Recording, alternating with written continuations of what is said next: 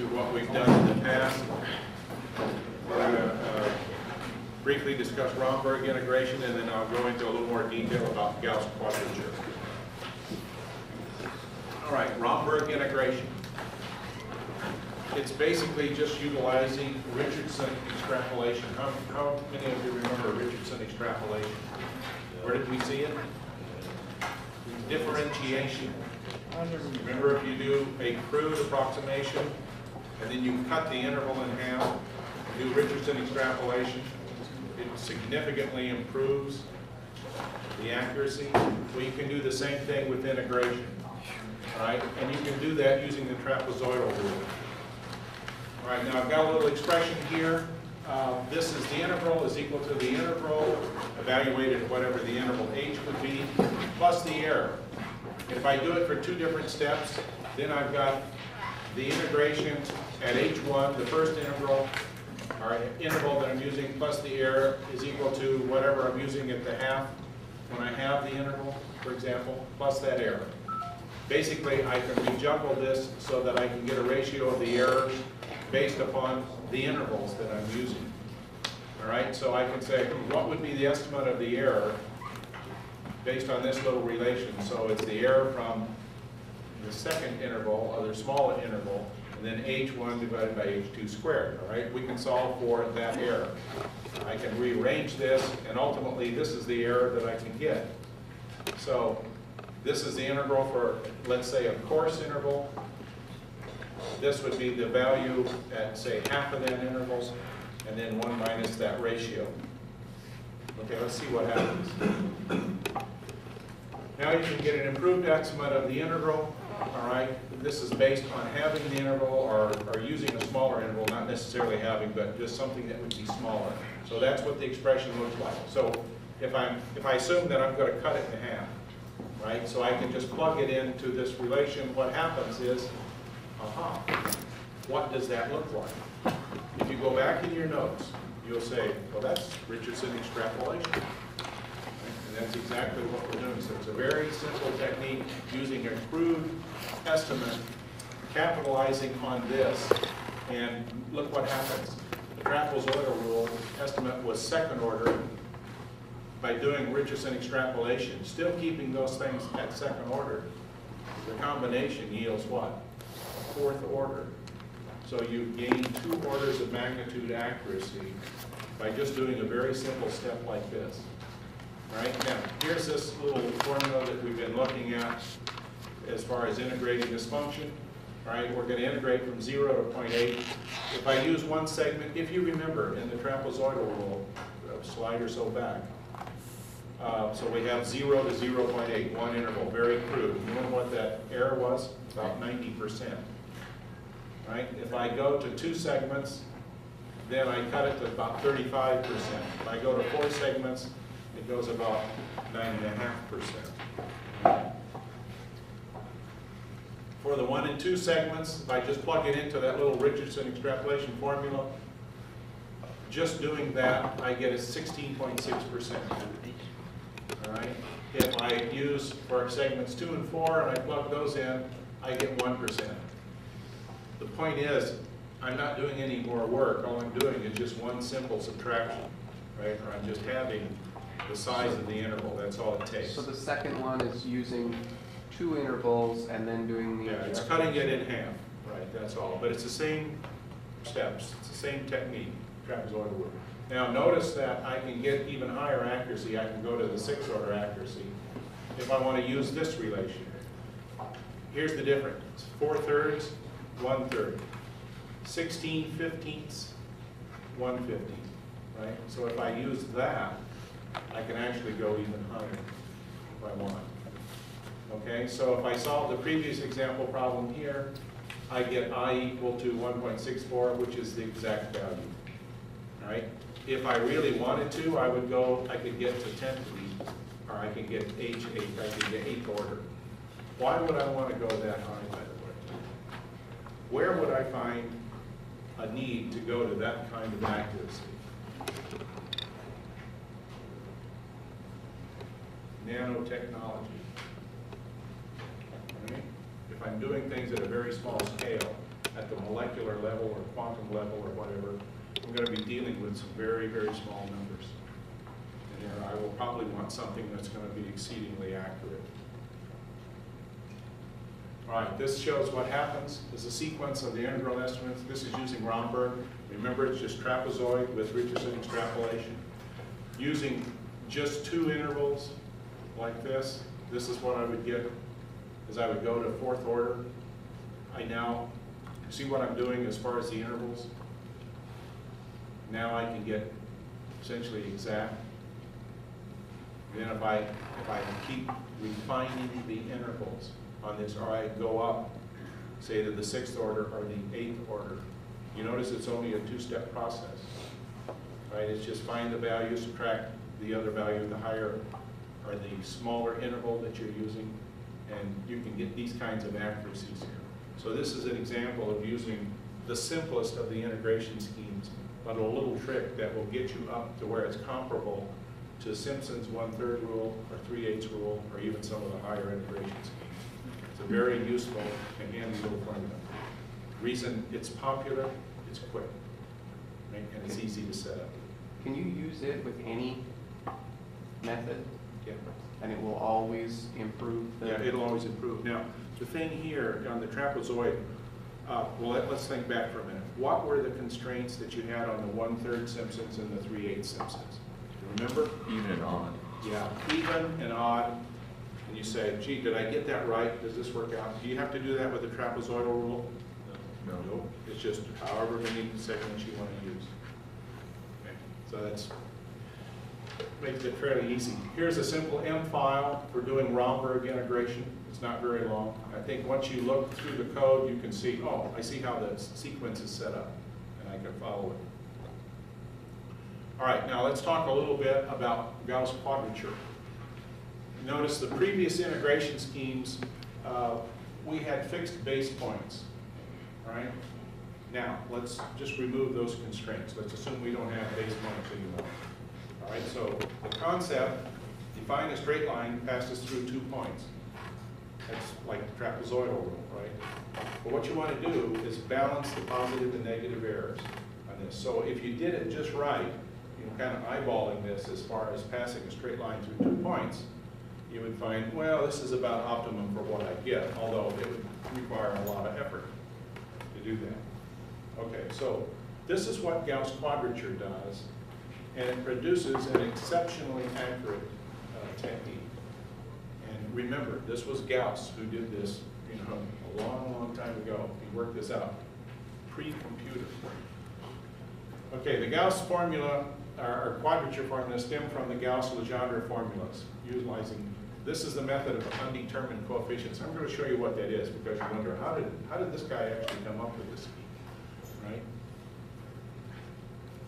Here's the idea, right? So here you have a function, you've got 2 points. If I were to use a trapezoidal rule, like so, you know, you'd get quite a bit of error. You know that right off the bat. So what he thought was, if I kind of juggle this to where I can get the optimal 2 points that I have in this curve, then I can balance out this error that I have with what I pick up in here. And so it's a very, very clever technique. The point here is that, see, you no longer have the limits here, or the basis of your intervals. It's what's going to be predefined here by those 2 points. So is this an open or a closed integration? Open, right? Okay. Now, assume we wish to use the trapezoidal rule employing C's as constants. So that says, all right, whatever that constant would be. Remember, to make a formula, you put a constant. If you don't have a constant or a value in there, then it's an approximation. So we're assuming, okay, I've got a constant in here. So I've got C0 f of A and C1 of f of B, all right, between A and B, 2 endpoints, all right? For y equal 1, y equal x, we plug it into this little formula, all right? So then I have this relation, all right, which is just, notice the limits of integration on this, 1 and x. Y equal 1, y equal x. First equation, second equation, right? Get the idea? All right? So how many equations do I have? How many unknowns? 2 equations. 2. Okay. If I evaluate the integrals, I get this expression. All right, so I can solve for C0 and C1. They just happen to be the same thing. I plug it into the relation. Well, what do I get? What does this look like? Trapezoidal rule. Okay. All right, 2 integrals that should be evaluated exactly by the trapezoidal rule, right? That's a no-brainer. Okay? That one, the trapezoidal rule will evaluate exactly, right? Why is that? It's a straight line. Straight line. Linear, right? Anything that's linear, you can do exactly with that. All right? Now, the object of Gauss quadrature. Find the function arguments x0 and x1, which are not fixed at the endpoints A and B. That's what we're referring to, are those points that are not set at the end of the segments. Right? So that's what we're after. Okay, so we're going to have a total of 4 unknowns that must be evaluated. I'm going to show you what happens here. Utilize a constant and a linear function for the interior points. All right? We obtain in conditions, we need 2 more functions, parabolic and cubic. Now, you think back 1750, and here's Gauss. Let me see what happens. How do I do this? If I assume that I start with a value of 1, and I'm going to integrate it from -1 to 1, so I'll have this relation. All right? Now what happens if I creep up in my order of accuracy? So I go 1x, x squared, x cubed. Notice the relations right here, right? X squared, x cubed, right? If I evaluate that, it happens to be 0. If I evaluate that, it's 2/3. Okay, let's see what happens. Okay, if we solve the relation simultaneously, note that x0 squared is equal to x1 squared. All right? Since they cannot be equal, then x0 equal minus x1. That in turn yields c0 equals c1, or c0 equals c1 equal 1. Right? You're just evaluating the unknowns in those relations. You obtain for x0 and x1 then, -1 over the square root of 3 and 1 over the square root of 3. Okay, so here's what's going to happen. If you put that into a Gauss-Legendre formula, you remember the polynomials and the expressions that we were using back then. So here's a Legendre formula. So the integral is equal to the function evaluated at -1 over the square root of 3 plus the function evaluated at a +1 over the square root of 3. That's a very interesting technique without constraints of end conditions, or the endpoints are doing things like trapezoidal. It turns out that's 3rd order accurate when you do that. And this is generic. You know what I mean? Generic. It works on anything. All right? The limits of integration have changed from -1 to 1. This is the trick. All right? In doing the trapezoidal rule or Simpson's rule or whatever, you have limits A to B. Right? You have to evaluate it over those points, those fixed points. In the Gauss quadrature, you change the limits of integration of the integral, -1 to 1, and then you use as the Gauss points for the evaluation of the function, -1 over the square root of 3 and 1 over the square root of 3, plus and minus. Right? Everybody grasp that? We use 1 over square root of 3 and -1 over square root of 3 for this problem or for all of them? All of them. All of them. Okay? Now, the trick, as I said, what you have to remember is that you're changing the limits of integration of the integral that you have from A to B to -1 to 1. Okay? This is what's going on. When he did this operation, he found this is a very interesting numeric, or actually an integral approach to solving integrals on a generic scale, on a general scale. Saying that instead of trying to find where these endpoints should be, I'll just always make sure that they're at -1 over the square root of 3 and 1 over the square root of 3. And those are now termed Gauss points, right, due to Gauss. Okay, change of limits is important. Circle that, don't forget that. People tend to start trying to do Gauss quadrature and they forget to do the change of the limits of integration. All right, so I've got x equal a0, xd plus a1, so x equal a, xd equal -1, so I get this little relation. Likewise, b would be equal to this, and so forth. All right, solve for a0, a1, I can ultimately get this transformation. This is what I want you to remember. This is how you get it, but this is how you change the limits of integration. So you're going to get something with an integral a to b, and you're going to go, gee, how do I change that right off? That's the formula. Okay? That's how you do it. And remember, there's an integral with, say, x dx. You got to change dx too, right? That's how you do it. Right? So circle those relations. They're the key to this whole thing. All right, you can get higher point formula by using more terms from the series expansion. So he used just 2 points, C0, C1. So we had 4 relations. If you go higher, if you use more relations, you'll get additional values for C0, C1, C2, and so forth and so on, depending on the order of integration that you want to go to. So remember that L is dot, dot, dot. So you just solve those, just like you did for the very simple case that we had there. Keep negative 1 to 1, sir. What are you looking at? Are you looking at tighter and tighter from 1 over -3? You're bounding the integration to the limit of -1 to 1. You're transforming it. You're transforming from physical space to computational space. So now you're thinking like the computer. But if you can expand your equation, what are you looking at then? Okay, wait a minute, let's look. Here's the example. Here's this same thing again, right? We want to evaluate it from 0 to 0.8. Perform a change of variables. So now the limits will vary from -1 to 1. So our A and B is 0 and B is 0.8, right? Everybody see that? I'm going to change it, right? So my x, I put into that formula, my x is now 0.4 plus 0.4 xd. That means it's changed.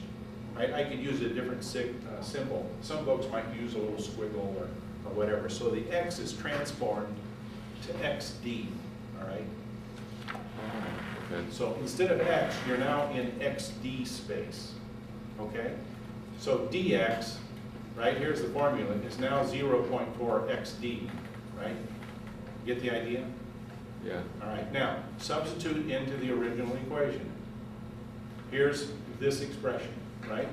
I'm integrating 0.8. So all of that is equal to -1 to 1.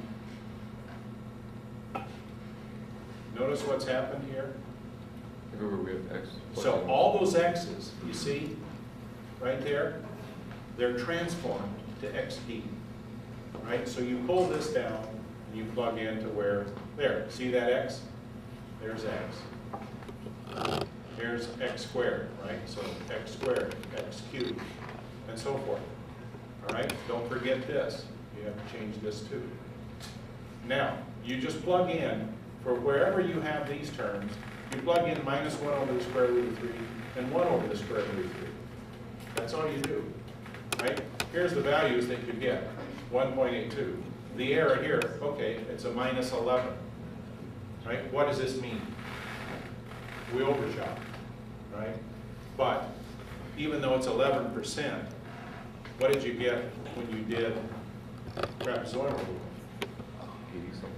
Yeah, you started at 90%, you got down to maybe 10% after a lot of steps and so forth. What did this do? 1 step.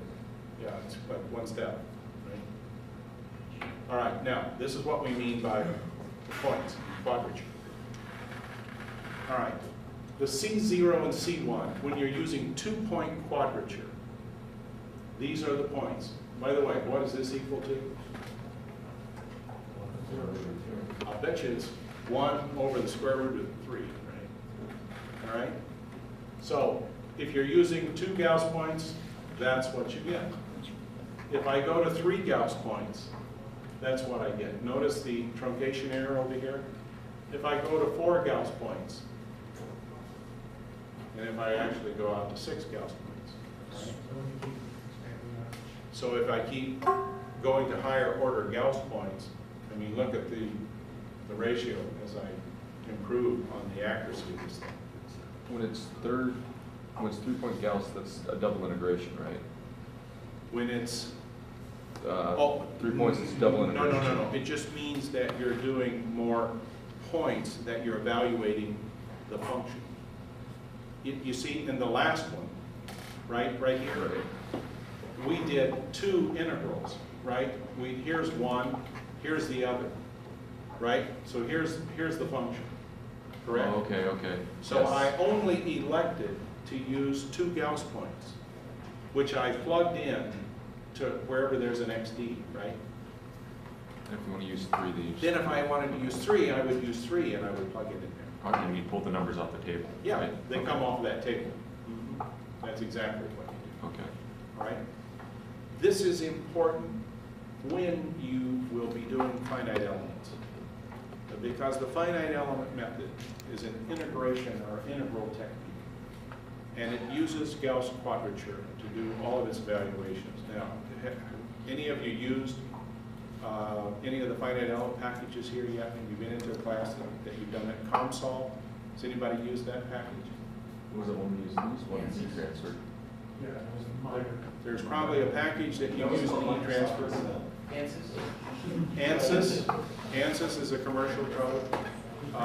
There are a number of commercial codes around. I know that if and when you get into Trebia's class, you will probably do something that might be a finite element in there. It may say, plug this number in, run this code, and whatever.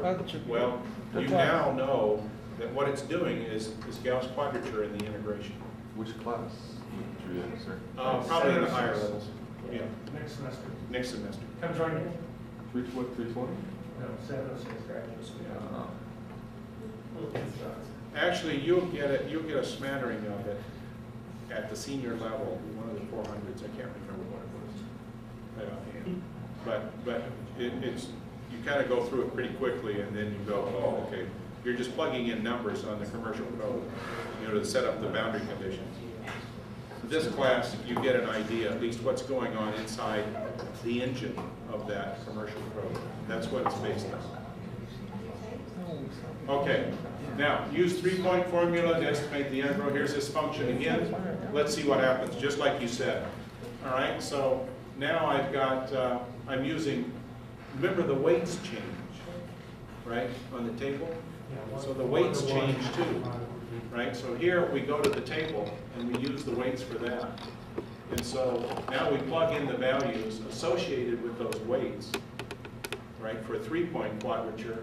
Now here, so you have 3 terms, 1.64. What's the accuracy there? About as good as you get, right? Can't beat exact. All right. The MATLAB functions, quad and quad 1, quad, that uses Simpson's quadrature, all right? If you want low accuracy or non-smooth functions, that's pretty quick. Right? If you go quad 1, it uses Lobato quadrature. High accuracy, smooth functions. Okay, so what you do is just plug it in. You call quad, and then here are the functions. Okay, what is it that I'm doing? FUN is the function, all right? AB are the limits. TOL is the absolute error tolerance. Trace, additional computation, detail, blah, blah, blah. P1, P2, all that stuff. You can read that in the MATLAB name, but that's what you do. It's just a simple call.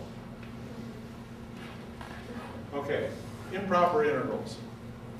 Okay, an improper integral, it's one that's going to go from -infinity and or to +infinity. All right, so you go, gee, how do I integrate that? Because what is it the computer can't do? Go to infinity. Right? Everything's finite. All right. A change of variable, that's what you're going to do. You're going to transform that infinite range to a finite value. Okay? So, the general integral transform. Here is the function that you have.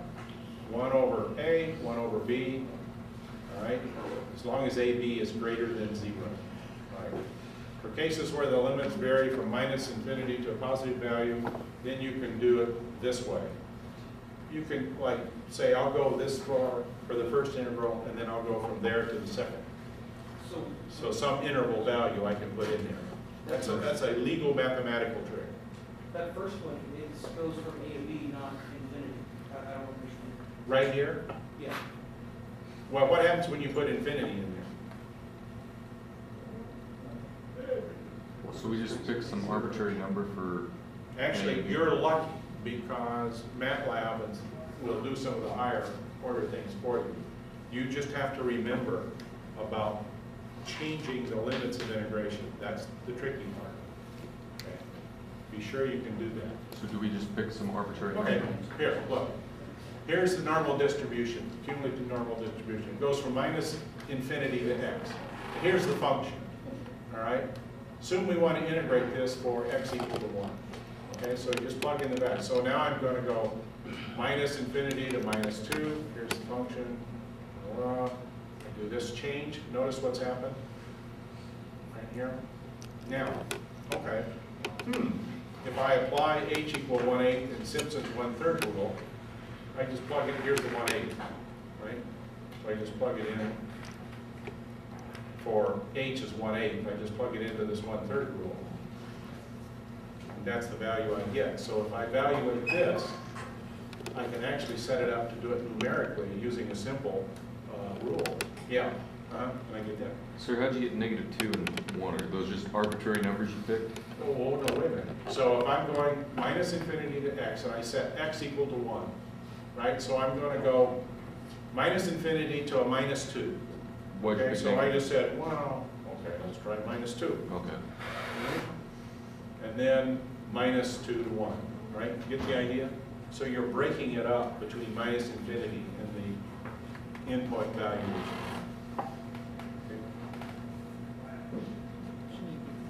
All right. Assume we wish to integrate this relation for x equal to 1. Now solve for the other interval. See, that was the first interval, right? Want to go back? That's the first interval, all right? Right there. See it? That one. That's the first one. That's the second one. Now I'm going minus 2 to 1. All right? Now I just evaluate this using what? Just a very simple. I can use the trapezoidal rule, I can use Simpson's rule, whatever. Okay? So this happens to be what? 1/3, right? So I just do the 1/3 rule, plug it in. Final result, 0.84. My error is pretty good, right? Significantly low. And literally hardly any work. So that determines the probability that an event will occur that is less than 1 standard deviation above the mean. Remember what the standard deviations are?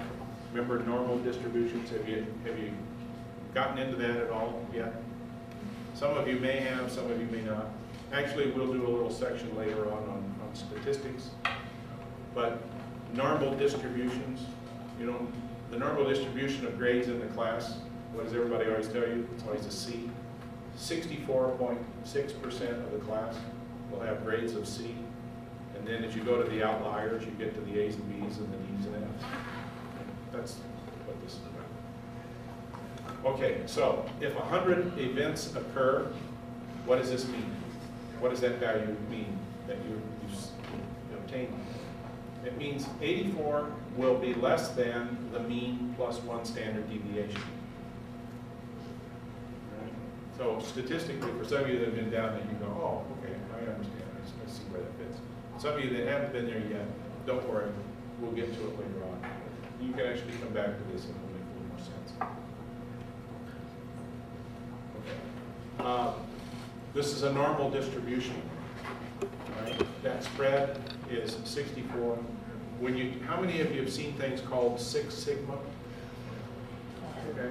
What does it mean? 6 segments, 3 on one side, 3 the other. You cover 3 standards on either side. This should be 98.5% outside of 6 segments. Yeah, it means you're striving basically to exact. And so when you start getting to 1 sigma standard deviation, 2 sigma, 3 sigma, with 3 sigma, you're getting like 99% or something like that. You're within the range. So that's what this is about. So that's that normal distribution. This is the function that we were actually evaluating. And we said where we're going from minus infinity to 1, right? So that's what happened and what we obtained when we did that evaluation. Okay, now, table of integration schemes. How does this turn out? Can you see it? This is in your book. It's in the text. And if you notice it at the end of chapters, they have a very good summary of the techniques that were covered in the chapter.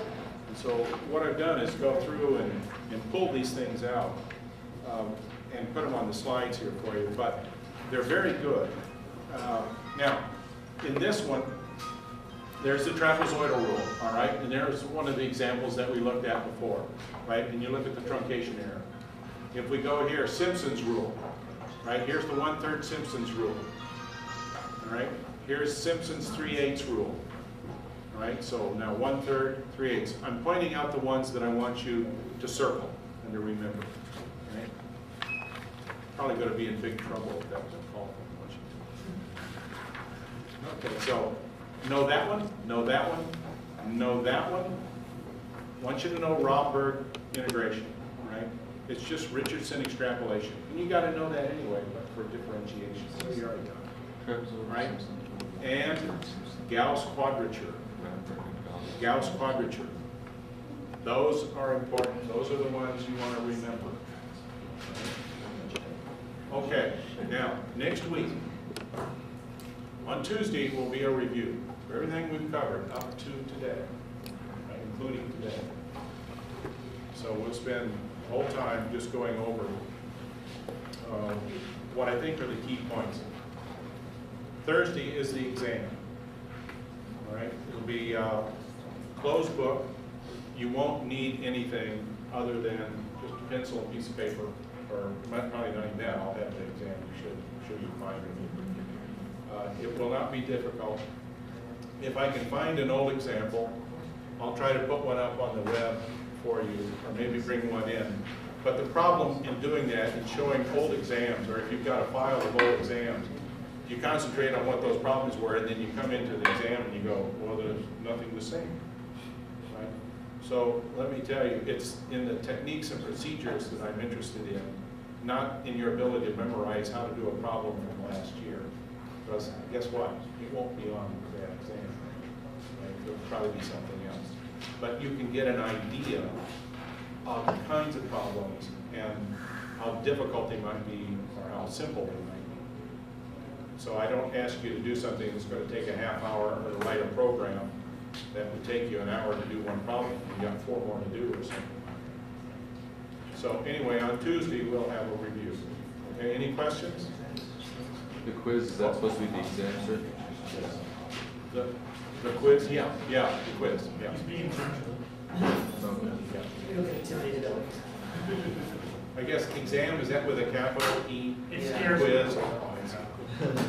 Okay, good.